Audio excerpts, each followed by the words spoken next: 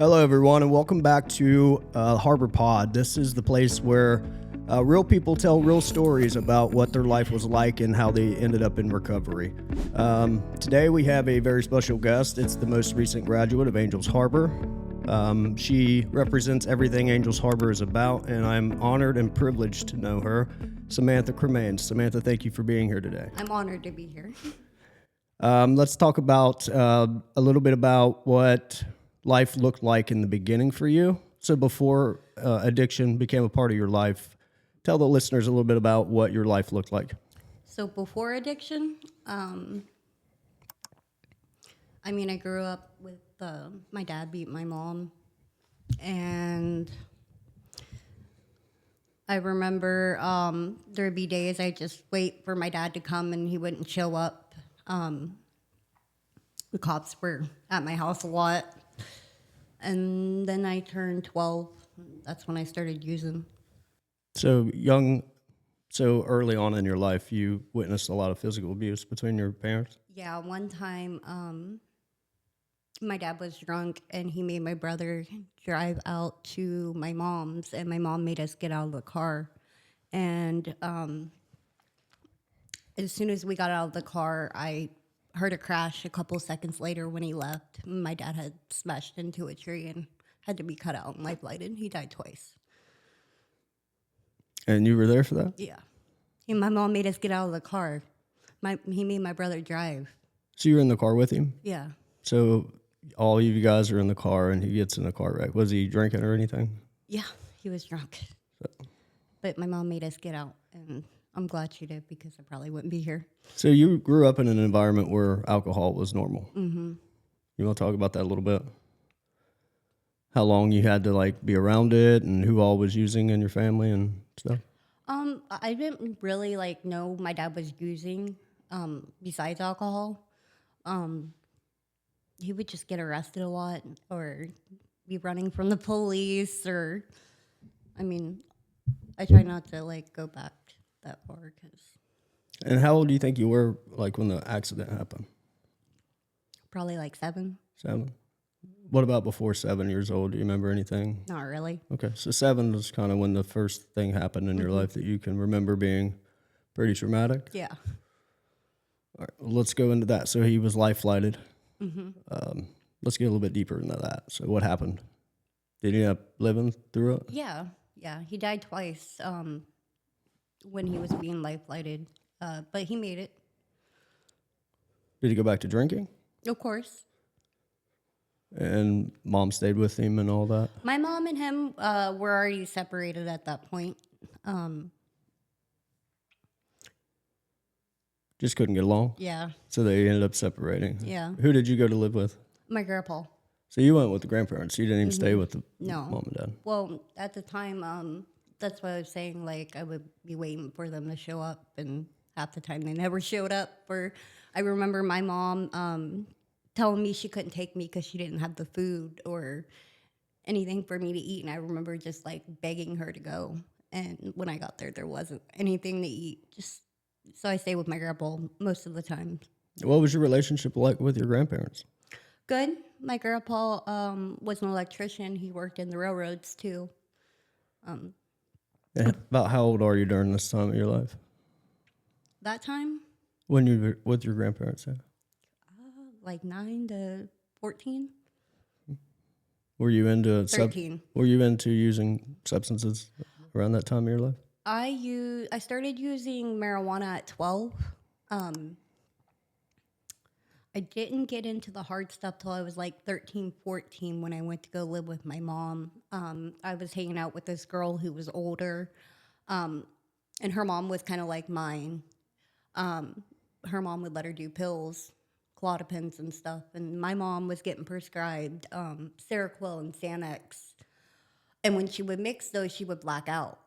So she would give me half her script of Xanax, and I'd be, at 13, 14 years old at a haunted house, nodding off, in front of the sign. And it was ran by cops, too. So, I'm surprised I didn't get in trouble. But Looking back at that time in your life, do you remember why you was wanting to take drugs or eat pills or anything?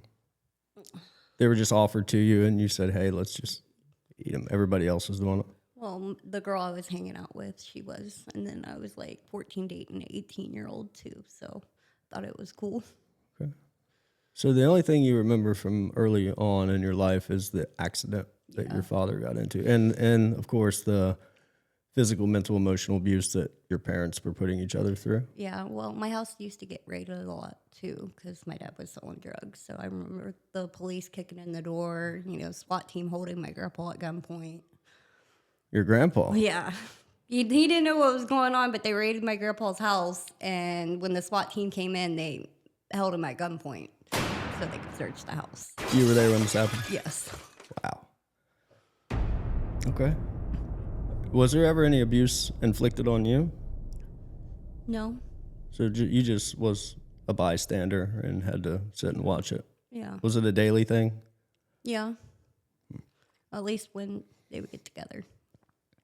So you're using Xanax now, Yeah. 12 years old, smoking weed. Mm-hmm. All right, let's keep going. I started using Xanax. The girl I was hanging out with, she was older, so she had a boyfriend who was 18. I was 14 dating an 18-year-old who stayed at this mansion in Wellsburg. It's a bed and breakfast now. Where is Wellsburg at? By Follinsby, where... Is it Ohio, West Virginia? Yeah, West Virginia. West Virginia, Wellsburg. Yeah. There's like this, if you Google it, there's a big mansion there. He was staying there at the time because that's where he worked. And Was it like an abandoned house? no, it was a mansion. Somebody lived there, he just took care of the place. The guy who owned it, he would leave on the weekends, and he owned a bar that he worked at, and he was letting them stay there. So, but on the weekends, I got to go there and be like on top of this hill where nobody was in a big mansion. What attracted you to this guy? We met at the mall, and then I ran into him like a year or two later, and we started talking. Did he use drugs? Not that I know of. Okay. So you were using drugs. Yeah. You didn't tell him that you were using? No, he knew. He knew. He knew. He was okay with it? Well, I mean, he had to be. Right. But he was older than you. Yeah. Yeah, so me and my friend, Autumn, we were doing pills. Her mom was giving her Klonopins. My mom was giving me Xanax. Her grandma was giving us real Oxycontins. And at the time, her boyfriend had a place, so we was always skipping school, staying at the apartment, calling each other in. They're not going to be here today. The relationship with the 18-year-old ended after my mom found out he worked at a bar. He was pretty much, I don't know what he was. He was something that my mom didn't like. So I know that before we moved, I moved back up with my dad. He had robbed the bar that he was working at. Your dad or this guy? This guy, to take me shopping and spend the night in the hotel before I moved back up to Columbus with my dad. And that was like the end of our relationship. So you moved away to get away from him? No, my mom wanted me away from him. And sent you back to your dad's. So moving back to your dad's, well, let's talk about the relationship with the guy. Was there any trauma that came from that relationship? Was the abuse of it anyway? He did put hands on me a couple of times. He was hiding stolen guns in my closet. My mom would have freaked if she found them. It was so bad that my mom screwed my window shut from the outside. And he climbed up there and unscrewed it. But Troubled kid. Huh? yeah. So you moved in with your dad in Columbus? Yeah, but had you ever lived in Columbus before? Yeah, with my grandpa. Well, it's the outskirts, Thornville. I moved in with my dad. And I really didn't have a relationship because, he was always in and out of my life. That's when I started getting interested in what he was doing. So tell me the difference between Wellsburg and Thornville. What's some similarities and what's some Thornville's differences? in Ohio, Wellsburg's in West Virginia. But like the setting, are they both similar places? Country. Thornville's like kind of the outskirts of Columbus. It's the country.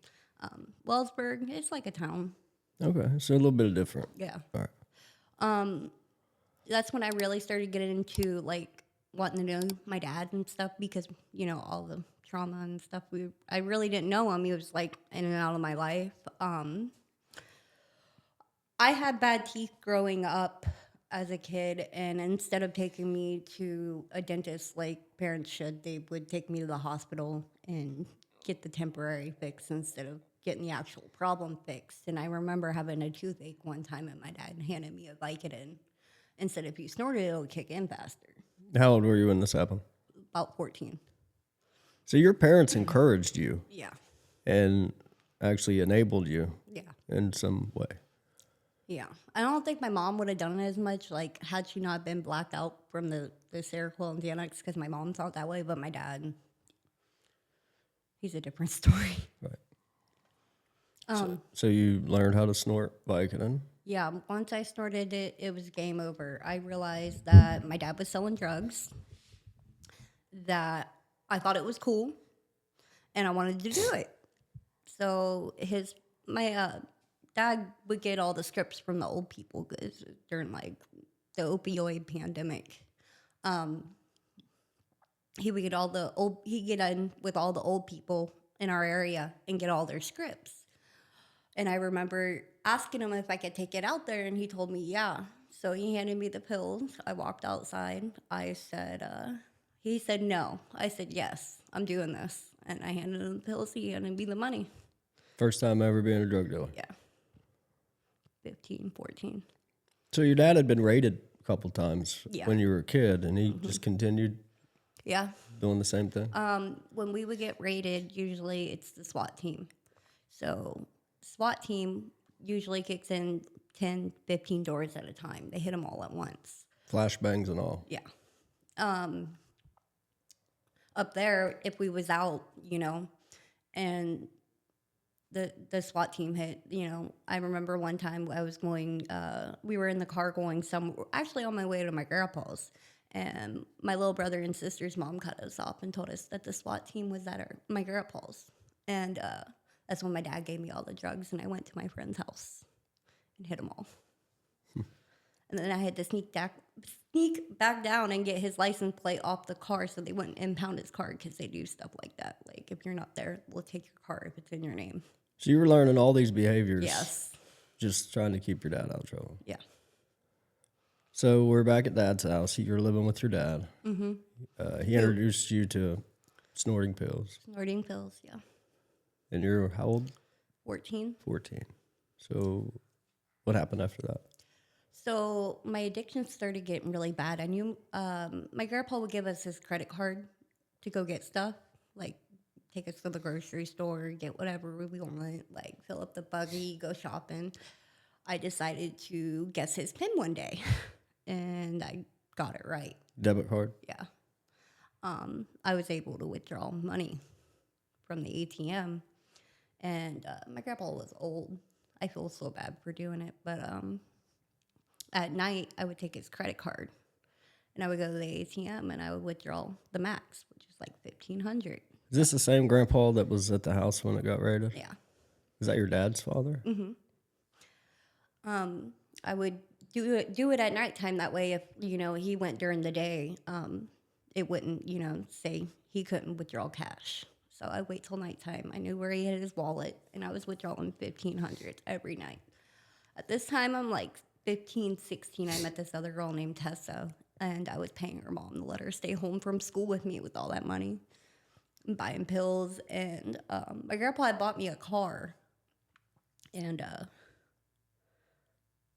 he would take my keys at nighttime. So all that extra money I had, I bought a car, put it in my friend's dad's name, and the deal was he just had to drive me around to make drops. So you were already hustling Yeah. before you turned 18. Yeah. Grandpa was probably not, he was probably already hip to what you were doing. He was hip to my dad. He didn't know what I was doing. He wasn't aware that you were taking $1,500 a day. No, I would take his bank statements, and at the time my brother was in the Army, so he was in South Carolina for basic training. And I would just take all his bank statements when they come in the mail. That way he wouldn't know. It wasn't until my brother came home that he pulled it up online, and they counted up to 20,000 and then stopped counting. And how long? In a month. In 1 month. Yeah. $20,000. So Maybe 2. were there any consequences that come from that? He asked me why. And I told him I was addicted. I was spending most of that on perk 30s. Living in Columbus? The outskirts. Thornville? Yeah.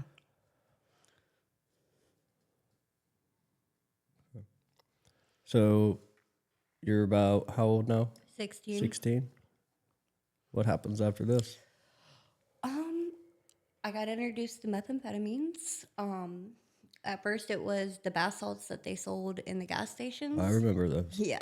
It was called like White Horse or something like that. Jet fueled. Yeah. It was just like Coke, but I don't know. I liked it. I was working at Wendy's. It was my first job. I was doing it with my dad's friend. Like, I was hanging out with all the older people by then.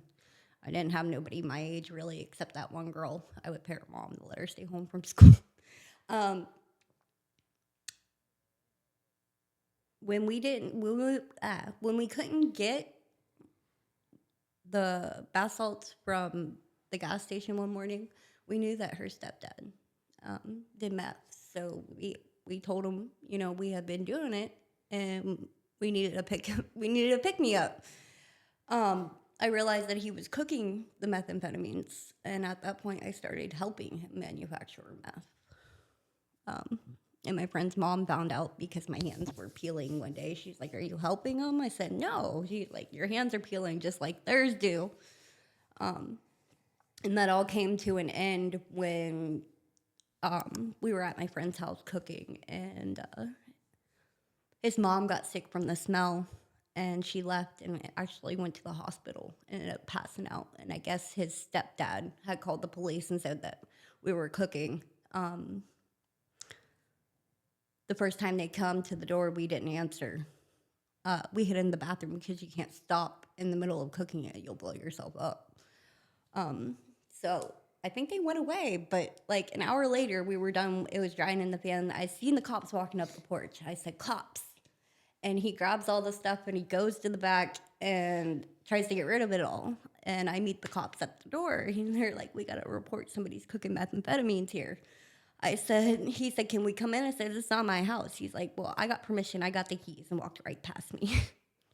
Found everything. So the owner of the place? Yeah. It was his mom who got sick and went to his sister's house. Gave them permission to come in? Yeah. Okay. So what happened then? So this probably brought back memories of your childhood. Yeah. Cops showing up. Yeah. No doors got kicked in, but still they were there to... Yeah. The SWAT team made me sit there for an hour because they said the fumes could be Toxic. Yeah. For sure. And Price sprayed you off with a fire hose. I was underage at that time, and I remember calling my dad and telling him, like, "Hey, this just happened. I need you to come get me." He wouldn't. So they actually ended up releasing me to my friend's grandma, which they wasn't supposed to do, but they know my parents and they know how they are, so they let me go anyways. Did it ever cross your mind, like, all the times he kept getting in trouble and you were there for him to take license plates off cars or to hide drugs for him? Was there a thought in your mind during this time when he said, "No, I'm not coming to help you"? Yeah, I slammed my phone on the ground at that point. Angry Yeah. that you were there for him. Yeah. And actually, he was in a hotel right down the road because the electric was out where we stayed. Like, there was a power outage. So he's like literally a minute down the road at a hotel. Wouldn't come get me. Resentment? Did you have a resentment to it? Of course. So now you went to jail over this? No, I ended up having court. So I ended up having court for that. I got put on house arrest, probation. As a bond requirement? I didn't go to jail. Oh. But they did this, like, it's like, because it was like my first time getting in trouble. So, like, it was like a program I had to complete and I'd be off. But, Was it like the version? yeah. I got put on house arrest. I was working at that time. I was in a one-bedroom apartment, an efficiency apartment. On house arrest. Yeah, Tylenol PMs were my best friend. I eventually ended up getting off house arrest, and because we lied to my TO and said that we were moving to Columbus, and he didn't want me on probation in Columbus because he said I never get off. So he ended up letting me off probation, which, you know, I wasn't really moving. At that point, I'm 17, and I decided I was going to go sell magazines across the country. So let me ask you, from the age of 12, when you first started using, until the age of 17, was there ever a brief moment during any of that time that you tried to get sober? No. Did you want to be sober? No. Did you know why you were using? No. So at 17, you stopped using. No, I was still using on probation. No, I got off probation, and I was using heroin at that point. What about while you were on probation? Were you sober then? Yeah, because I was on house arrest and we couldn't go anywhere. But you were taking alternative. Yeah. PMs. Yeah. Excessively. Yeah. But So you get off probation. You start selling magazines across the country. Mm-hmm. How was that? That was fun. It was a bunch of people your age. You got paid cash daily. They rented over half the hotel because there were so many of you. It was like a party in every room. I was like the youngest one there. My mom wasn't going to let me go at first. When I asked her, she told me no. But her and my dad's still married, so I asked my dad, and I told him, like, I'm going to die if I stay here. And he said, you can go. And so I went home. I packed all my stuff after my mom left to go somewhere. I had my friend come pick me up to take me to my dad's because my dad was going to take me to the Greyhound bus station that night. I remember my mom calling and was like, I talked to your boss. You can go. So at 17, I got on a bus and went to, I think it was San Antonio, Texas. And then once you get there, you travel in like big 15-passenger vans. What was life like during this time? It was fun. So the people you meet is awesome. Like, you meet a whole bunch of different people, like, randomly. Customers or coworkers? Who are you talking about? Both. Yeah. Both. Like, I remember my first day selling magazines, like, this girl was drinking with the customers and stuff. Like, it's just talking to people and it was fun. I wouldn't trade it. So you're using, how long did you do this for? I did that for a couple years. I was the youngest one on crew. They called me the baby. So you worked selling magazines into your adult years. Mm-hmm. So what happened after all that? How did you come back home? So I met this guy who's my ex-husband now. I was leaving one company, going to another. This is relationship number 2. Yeah. I was leaving one magazine company, going to another, and he happened to be in Colorado for his friend's wedding. Well, he worked for the company that I was going for. He did the customer service part, answered phones. He didn't travel like we travel, but me and him ended up riding a bus down from Colorado to Texas together. And I stayed there for a couple days. He stayed there for a week. We talked the whole time. He left, and then I ended up leaving to go home. And I think I was in Arkansas. That was called Arkansas, somewhere around there. But it was like the middle of a snowstorm, and he's like, "Don't go home. Come here." So I remember I had to call my mom. And I was like, "I'm gonna do this," and she didn't want me to, but I told her I'd die if I go back there. I'm on heroin at this point. And I remember going into the bus station and saying, like, I had an emergency. I needed to go back to Corpus Christi. And that's not even where my ticket was from. They were so busy that they just gave me the ticket back.